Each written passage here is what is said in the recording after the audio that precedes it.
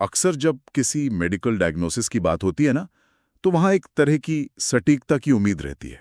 मतलब जैसे इंजीनियरिंग का कोई ढांचा हो। हाँ बिल्कुल, एक फिक्स स्ट्रक्चर। सही कहा।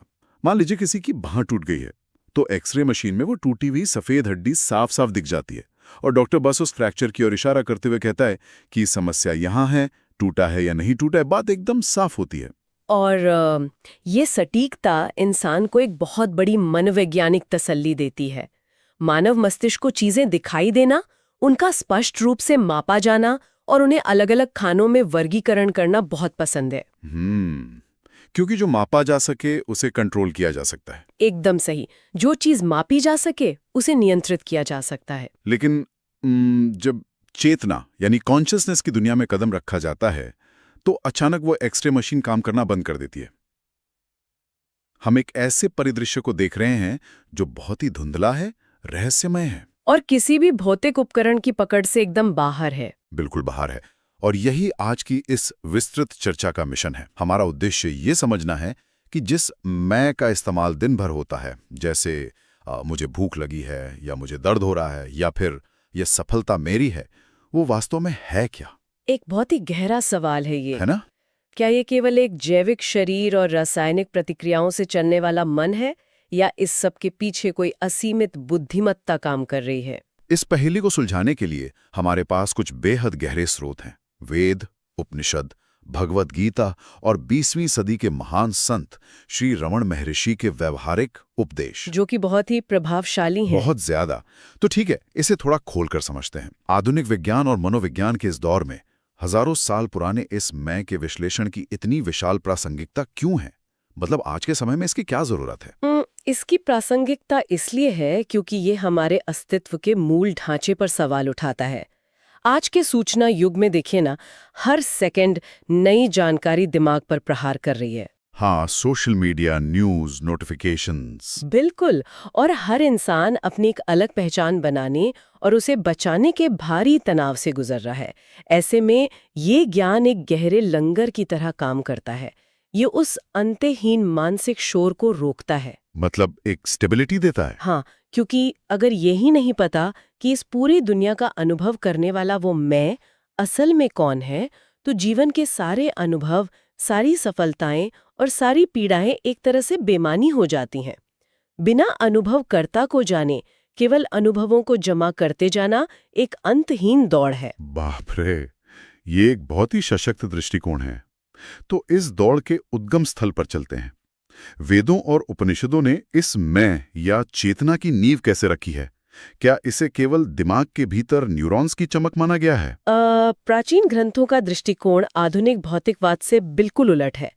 वेदों के अनुसार चेतना कोई ऐसी उप उत्पाद या बाय प्रोडक्ट नहीं है जो भौतिक शरीर के विकसित होने के बाद किसी रासायनिक प्रक्रिया से पैदा हुई हो।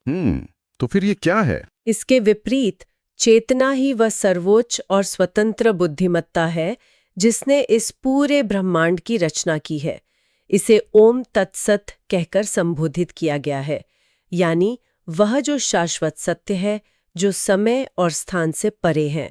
एक मिनट, इसका मतलब ये हुआ कि चेतना शरीर के भीतर पैदा नहीं हुई है, बल्कि ये भौतिक शरीर चेतना के भीतर प्रकट हुआ है। ये नजरिया तो पूरी वास्तविकता को ही पलट देता है। पलट देता है, बिल्कुल। और इस पलटी हुई वास्तविकता को बहुत ही वैज्ञानिक ढंग से समझने के लिए मांडुक्य उपनिषद का विश्लेषण सबसे सटीक है। अच्छा, वो कैसे? यह उपनिषद चेतना को किताबी सिद्धांतों से नहीं समझाता, बल्कि इंसान के रोजमर्रा के अनुभवों से समझाता है। ये बताता है कि हर मनुष्य 3 अवस्थाओं में जीता है: जागृत यानी जागने की अवस्था, स्वप्न यानी सपनों की अवस्था, और सुषुप्ति यानी गहरी नींद की अवस्था। ठीक है, जागृत, स्वप्न और सुषुप्ति। हाँ, जागृत अवस्था में इंसान बाहरी दुनिया से जुड़ता है, स्वप्न में मन अपनी खुद की एक नई दुनिया रच लेता है। लेकिन इन तीनों के परे उपनिषद एक चौथी अवस्था की बात करता है, जिसे तूर्य कहा गया है। हालांकि इसे चौथी कहना शायद थोड़ा भ्रामक हो सकता है ना? हाँ, क्योंकि ये कोई क्रम नहीं है। बिल्कुल, ये कोई ऐसी अवस्था नहीं है जो गहरी नींद के बाद आती हो, बल्कि ये वो शुद्ध चेतना है जो जागृत, स्वप्न और सुषुप्ति तीनों अवस्थाओं की पृष्ठभूमि है। जैसे वो कागज जिस पर तीनों अवस्थाओं के चित्र बने। इसी को उपनिषदों में एक महावाक्य के रूप में कहा गया है, प्रज्ञानम ब्रह्म, चेतना ही ब्रह्म है। यहाँ सबसे आकर्षक बात यह है कि मांडुक्य कारिका में इस अवधारणा को स्पष्ट करने के लिए आग की छड़ी यानी फायर ब्रांड का एक बहुत ही शानदार सा सादृश्य दिया गया है। अरे हाँ, वो उदाहरण बहुत दिलचस्प है। मान लीजिए कि किसी के हाथ में एक लकड़ी है जिसका एक सिरा धधक रहा है। जब उस छड़ी को तेजी से गोल गोल घुमाया जाता है तो हवा में आग का एक पूरा चक्र या अनेक टेढ़ी मेढ़ी आकृतियां बन जाती हैं। हाँ। जो व्यक्ति उसे देख रहा है उसे वो चक्र एकदम असली लगता है। जैसे बचपन में दिवाली के समय फुलझड़ी को तेजी से घुमाने पर रोशनी के घेरे बनते थे, हम सबने किया है वो। एकदम सटीक तुलना है। वो रोशनी के घेरे असल में वहां मौजूद नहीं है। वे केवल उस आग की छड़ी की तीव्र गति और हमारी आंखों की सीमा के कारण एक भ्रम पैदा कर रहे हैं। जब वो छड़ी रुक जाती है तो वे सारी आकृतियां गायब हो जाती हैं, केवल आग का एक सुलगता हुआ बिंदु बचता है। मांडुक्य कारिका गहराई से ये समझाती है कि शुद्ध चेतना भी उस रुकी हुई आग की छड़ी की तरह है। जब इस चेतना में कंपन या संकल्प की हलचल होती है तो कर्ता और कर्म यानी देखने वाले और दिखने वाली दुनिया का द्वैतवाद या भ्रम पैदा हो जाता है। ये उदाहरण बहुत कुछ स्पष्ट करता है, लेकिन यहाँ एक स्वाभाविक दार्शनिक सवाल उठता है। बताइए। जागृत अवस्था में चेतना दुनिया को प्रकाशित कर रही है, स्वप्न में वो विचारों को प्रकाशित कर रही है। ये बात समझ में आती है, लेकिन जब इंसान सुषुप्ति यानी बिना सपनों वाली गहरी नींद में होता है तब वहां कोई विचार नहीं होता, दुनिया का कोई एहसास नहीं होता। तो फिर उपनिषद उस गहरी नींद को प्रज्ञान घन यानी चेतना का एक सघन रूप क्यों कहते हैं? वहां तो पूरी तरह से शून्यता है। ये शून्यता का भ्रम अक्सर होता है। इंसान ये मान लेता है कि जहां कोई अनुभव करने वाली वस्तु नहीं है वहां चेतना भी नहीं है। इसे एक मूवी थिएटर के सादृश्य से ज्यादा आसानी से समझा जा सकता है। कल्पना कीजिए कि एक सिनेमा हॉल में फिल्म चल रही है। ठीक है। पीछे से प्रोजेक्टर की तेज रोशनी पर्दे पर पड़ रही है। दर्शक फिल्म की कहानी, किरदारों और वहां हो रहे धमाकों या भावनाओं में इतने खो जाते हैं कि वे भूल जाते हैं कि ये सब सिर्फ रोशनी का एक खेल है। जागृत और स्वप्न अवस्था उस चल रही फिल्म की तरह है। और फिर जब गहरी नींद आती है तो मान लीजिए कि फिल्म की रील अचानक रुक गई है, लेकिन प्रोजेक्टर की रोशनी बंद नहीं हुई है, वो अभी भी पर्दे पर सीधे पड़ रही है। अब पर्दा खाली है, वहां कोई किरदार नहीं है, कोई कहानी नहीं है। आमतौर पर लोग उस खाली पर्दे को देखकर कहेंगे वहां कुछ नहीं है, लेकिन वास्तव में वहां रोशनी अपनी पूरी शुद्धता के साथ मौजूद है। बिल्कुल मौजूद है। अब वह किसी रील के रंगों में बंटी हुई नहीं है।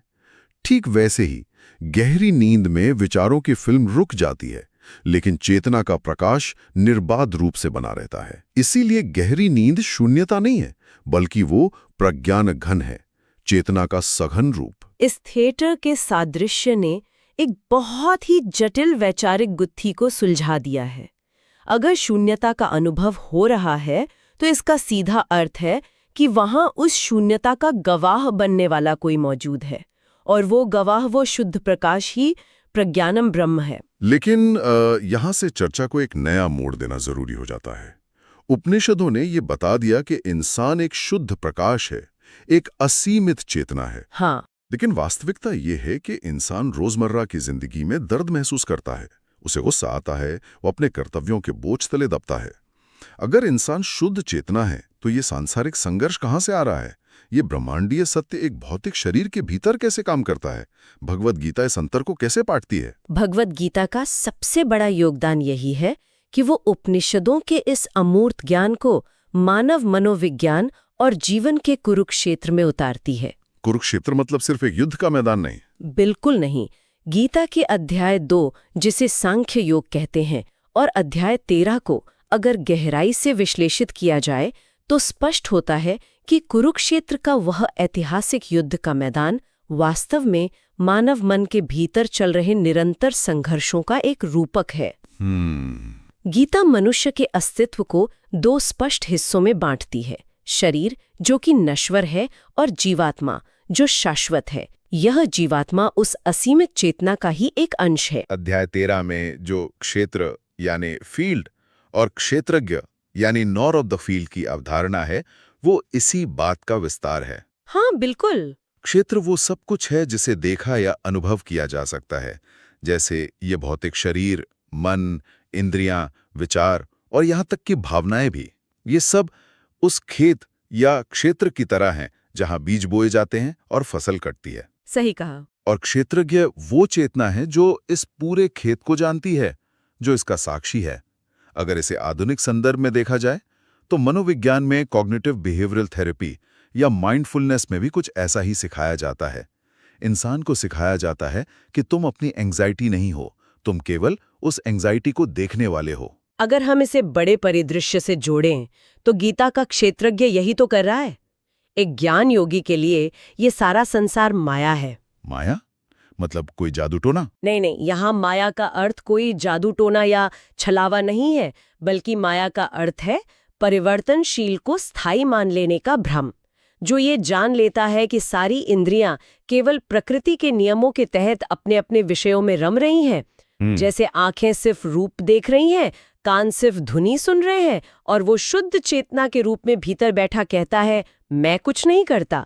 वो व्यक्ति हर मानसिक और भौतिक बंधन से मुक्त हो जाता है। यहाँ बात वास्तव में दिलचस्प हो जाती है और थोड़ा खतरनाक भी। खतरनाक कैसे? सोचिए ना, अगर ये मान लिया जाए कि चेतना ही केवल साक्षी है और इंसान वास्तव में करता नहीं है, सारी इंद्रियां ही काम कर रही हैं, तो क्या ये अपनी जिम्मेदारियों से भागने का एक शानदार दार्शनिक बहाना नहीं बन जाता? ये बहुत आम तर्क है। हाँ, इतिहास में भी ऐसे तर्क दिए जा सकते हैं कि मैंने कोई अपराध नहीं किया, मेरी इंद्रियों ने किया, मैं तो बस दूर बैठा एक साक्षी हूँ। क्या ये दर्शन निष्क्रियता और पलायनवाद को बढ़ावा नहीं देता? ये एक बहुत ही पैना और जरूरी सवाल है, और सच कहूं तो ये गीता की सबसे आम गलतफहमियों में से एक है। लेकिन भगवान कृष्ण ने गीता के दूसरे अध्याय के 47वें श्लोक में इसका उत्तर बहुत ही स्पष्ट रूप से दिया है। कर्मण्येवाधिकारस्ते मा फलेषु कदाचन। कृष्ण अर्जुन से ये नहीं कहते कि तुम कर्ता नहीं हो इसलिए युद्ध छोड़कर जंगल में भाग जाओ। वे कहते हैं कि कर्म करने का पूरा अधिकार है, लेकिन उस कर्म के फलों पर अधिकार नहीं है। यानी कर्म से भागने की बात नहीं हो रही है, बल्कि उस कर्म से जुड़े अहंकार और परिणाम की चिंता से भागने की बात हो रही है। बिल्कुल। जब इंसान ये समझ लेता है कि वो शरीर नहीं बल्कि क्षेत्रज्ञ है, तो वो कर्म करना बंद नहीं करता, बल्कि उसके कर्म स्वार्थ और फल की आसक्ति से मुक्त हो जाते हैं। जब मैं और मेरा का स्वार्थ नहीं रहता, तब जो कर्म होता है वो पूरे ब्रह्मांड के कल्याण के लिए होता है। इसे अनासक्त होकर कर्म कहते हैं। यह निष्क्रियता नहीं है, ये ऊर्जा का सबसे उच्चतम और शुद्धतम रूप है। उपनिषदों ने चेतना का विज्ञान दिया। गीता ने बताया कि इस चेतना के साथ संसार में कर्म कैसे करना है। लेकिन ये सब अभी भी बौद्धिक स्तर पर है। एक विचार के रूप में ये बहुत अच्छा लगता है कि मैं शरीर नहीं हूं। हाँ, बोलने में आसान है। बिल्कुल। लेकिन जब असल जिंदगी में कोई सुई चुभती है या कोई अपमान करता है, तो सारा दर्शन धरा का धरा रह जाता है। इस सत्य को अपनी रगों में महसूस कैसे किया जाए? और यहीं पर श्री रमण महर्षि का दर्शन एक बहुत ही व्यावहारिक और अचूक विधि लेकर आता है। श्री रमण महर्षि का जीवन और उनका आत्मविचार यानी सेल्फ एनक्वायरी का दर्शन इस पूरी यात्रा का सबसे जीवंत हिस्सा है। उनके उपदेश किसी किताब से नहीं, बल्कि एक सीधे और भयानक अनुभव से निकले थे। वो 1896 वाली घटना? हाँ, बात 1896 की है। मदुरै शहर में गर्मी का समय था। महर्षि, जिनका नाम तब वेंकटरमण था, केवल 16 वर्ष के थे। सिर्फ 16 साल? हाँ, वे अपने घर में बैठे थे कि अचानक बिना किसी शारीरिक बीमारी या बाहरी कारण के मौत का एक भयानक डर उन पर हावी हो गया। उन्हें लगा कि वे बस सब मरने ही वाले हैं। बाप रे! ये एक ऐसा क्षण होता है जहां कोई भी सामान्य इंसान घबरा जाता है, चिल्लाता है या डॉक्टर को बुलाने के लिए भागता है। लेकिन 16 साल के उस लड़के ने जो किया, वो मनोविज्ञान और आध्यात्मिकता के इतिहास में अकल्पनीय है। बिल्कुल। उन्होंने उस डर से भागने के बजाय उसे पूरी तरह से स्वीकार कर लिया। एक तरह से उन्होंने अपनी ही मौत का एक सिमुलेशन किया। उन्होंने अपने शरीर को जमीन पर लेटा दिया, अंगों को बिल्कुल सख्त कर लिया, जैसे मृत्यु के बाद शरीर अकड़ जाता है। उन्होंने अपनी सांसें रोक ली और होंठ कसकर बंद कर लिए ताकि कोई आवाज ना निकल सके। उन्होंने खुद से एक गहरा सवाल पूछा, ठीक है, ये शरीर अब मर रहा है, इसे शमशान ले जाया जाएगा और लकड़ियों पर रखकर राख कर दिया जाएगा, लेकिन क्या ये शरीर जलने के साथ मैं भी मर गया हूँ? क्या ये शरीर ही मैं हूँ? रोंगटे खड़े कर देने वाला अनुभव है। और उस कृत्रिम लेकिन बेहद यथार्थवादी मृत्यु के अनुभव में क्या घटित हुआ? वहां एक बहुत बड़ा धमाका हुआ। भौतिक नहीं, चेतना के स्तर पर। उन्होंने अनुभव किया कि शरीर पूरी तरह से सुन्न और मृतप्राय हो जाने के बाद भी एक मैं की अनुभूति, एक अहम स्फुरण, बिना किसी रुकावट के पूरी तरह से जागृत और चमक रहा था। मतलब चेतना एकदम साफ थी। बिल्कुल। उन्होंने प्रत्यक्ष रूप से देख लिया कि ये मैं भौतिक शरीर पर निर्भर नहीं है। मैं एक अविनाशी शक्ति है जिस पर मौत का कोई असर नहीं होता। इस एक पल की घटना ने उस लड़के के पूरे अस्तित्व को बदल दिया। और महर्षि के पूरे जीवन का उपदेश इसी एक बिंदु पर केंद्रित रहा। वे कहते हैं कि मानव मस्तिष्क में उठने वाला सबसे पहला विचार मैं विचार यानी आई थॉट है। सही। बाकी सारे विचार और भावनाएं इसके बाद जन्म लेती हैं। मुझे गुस्सा आ रहा है, मुझे दर्द हो रहा है। इसमें गुस्सा और दर्द द्वितीयक हैं, सेकेंडरी हैं। सबसे पहले वो मैं आता है जो उस गुस्से या दर्द का दावा करता है। ये मैं जो खुद को शरीर और मन के साथ जोड़कर देखता है, वो असल में एक बहुत बड़ी कल्पना है, एक फिक्शन है। ये एक ऐसा भ्रम है जो सारी अज्ञानता और दुखों की जड़ है। इसे समझने के लिए महर्षि मोती की माला का जो सादृश्य देते हैं वो बेजोड़ है। हाँ, वो धागे वाला। बिल्कुल, जैसे एक माला में कई सारे मोती होते हैं, लेकिन उन मोतियों को एक साथ बांधे रखने के लिए उनके बीच से एक अदृश्य धागा गुजरता है।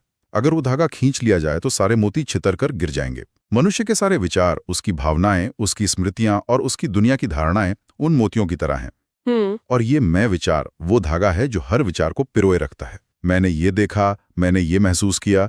तो इस सब का असली मतलब क्या है? इसका सीधा सा मतलब ये है कि अगर इंसान बाहरी विचारों यानी मोतियों से लड़ने के बजाय सीधा उस मैं रूपी धागे को ही खींच ले, तो मन का पूरा ढांचा अपने आप ढह जाएगा।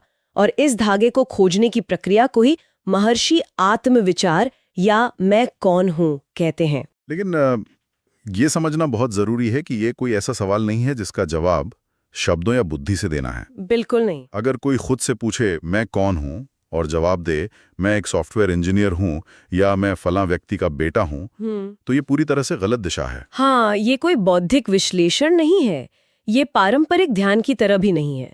साधारणतः ध्यान में ध्यान करने वाला व्यक्ति किसी बाहरी वस्तु जैसे कि सांस, मंत्र या किसी चक्र पर ध्यान केंद्रित करता है। वहां हमेशा कर्ता और कर्म का द्वैत रहता है। जबकि आत्मविचार में उस देखने वाले को ही खोजना है। किसी बाहरी विचार पर ध्यान नहीं लगाना है, बल्कि जब भी कोई विचार आए तो पूछना है ये विचार किसे आ रहा है, और जवाब मिलेगा मुझे। हाँ, फिर पूछना है ये मुझे या मैं कौन है, ये कहां से उठ रहा है।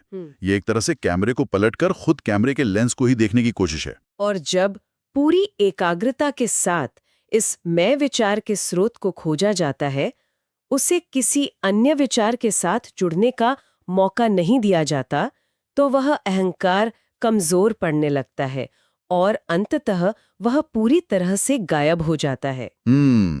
यहाँ एक बहुत ही स्वाभाविक और गहरा डर पैदा होता है। कैसा डर? सोचिए, जब किसी व्यक्ति का व्यक्तिगत मैं, उसका अहंकार और दुनिया से जुड़ी उसकी सारी पहचान गायब हो जाती है, तो पीछे क्या बचता है? क्या इंसान बस एक शून्य, एक डार्क रूम या किसी बिना भावनाओं वाले रॉबोट की तरह नहीं हो जाता? यह एक महत्वपूर्ण प्रश्न उठाता है, और यही शून्यता का डर ही इंसान को आध्यात्मिक मार्ग से पीछे धकेलता है। लेकिन महर्षि स्पष्ट करते हैं कि जब अहंकार मिटता है तो वहां कोई शून्यता नहीं आती, बल्कि एक नई, शब्द रहित और असीम अनुभूति उभर कर सामने आती है। इसे वे मैं या तमिल में नान अवस्था कहते हैं। ये मैं की अवस्था क्या है? ये विचारों के स्तर पर कैसे काम करती है? यह विचारों का विषय है ही नहीं, यह पूरी तरह से महसूस करने का विषय है। जब मैं विचार यानी अहंकार खत्म होता है, तो इंसान की वास्तविकता से टकराव की जो रगड़ थी, जो फ्रिक्शन था, वो खत्म हो जाता है। अहंकार के न होने पर जो स्वाभाविक अवस्था बचती है वो पूर्णता है। वेदांत में इसे ही सच्चिदानंद यानी सत्य, चेतना और परम सुख कहा गया है। सच्चिदानंद। यह आनंद इसलिए नहीं है कि कुछ मिल गया है, बल्कि इसलिए है क्योंकि वो मैं मिट गया है जो हमेशा कुछ मांगता रहता था।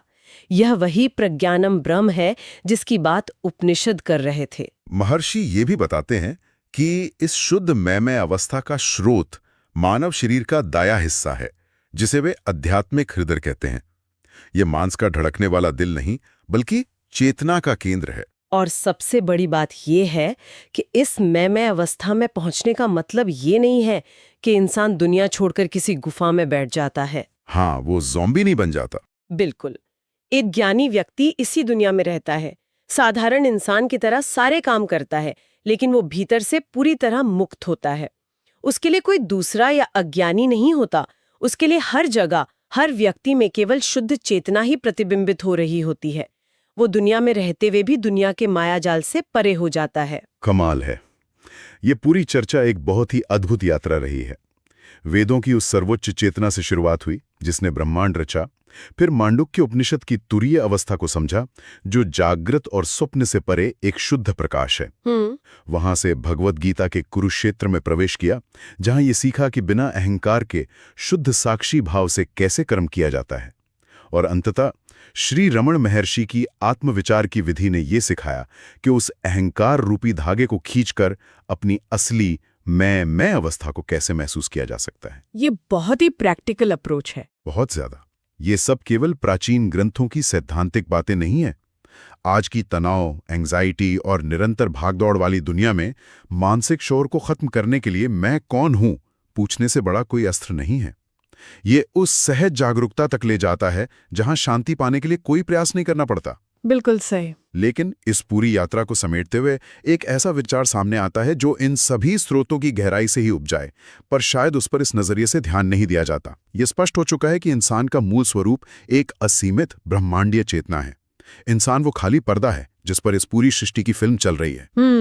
तो जरा सोचिए, हर बार जब कोई छोटी सी घटना होती है और कहा जाता है कि मुझे बहुत बुरा लगा, या उसने मेरा अपमान कर दिया, या ये सारा सामान मेरा है, तो क्या अनजाने में उस असीमित और अनंत ब्रह्मांडीय चेतना को एक छोटे से नश्वर शरीर और उसकी क्षुद्र भावनाओं के पिंजरे में कैद करने की कोशिश नहीं की जा रही है? कल्पना कीजिए, अगली बार जब ये मैं शब्द जुबान पर आए, चाहे इंसान काम कर रहा हो, किसी से बहस कर रहा हो, या अपनी सफलता पर खुश हो रहा हो, तो बस एक पल के लिए रुककर ये सोचना कि ये मैं आखिर आ कहां से रहा है।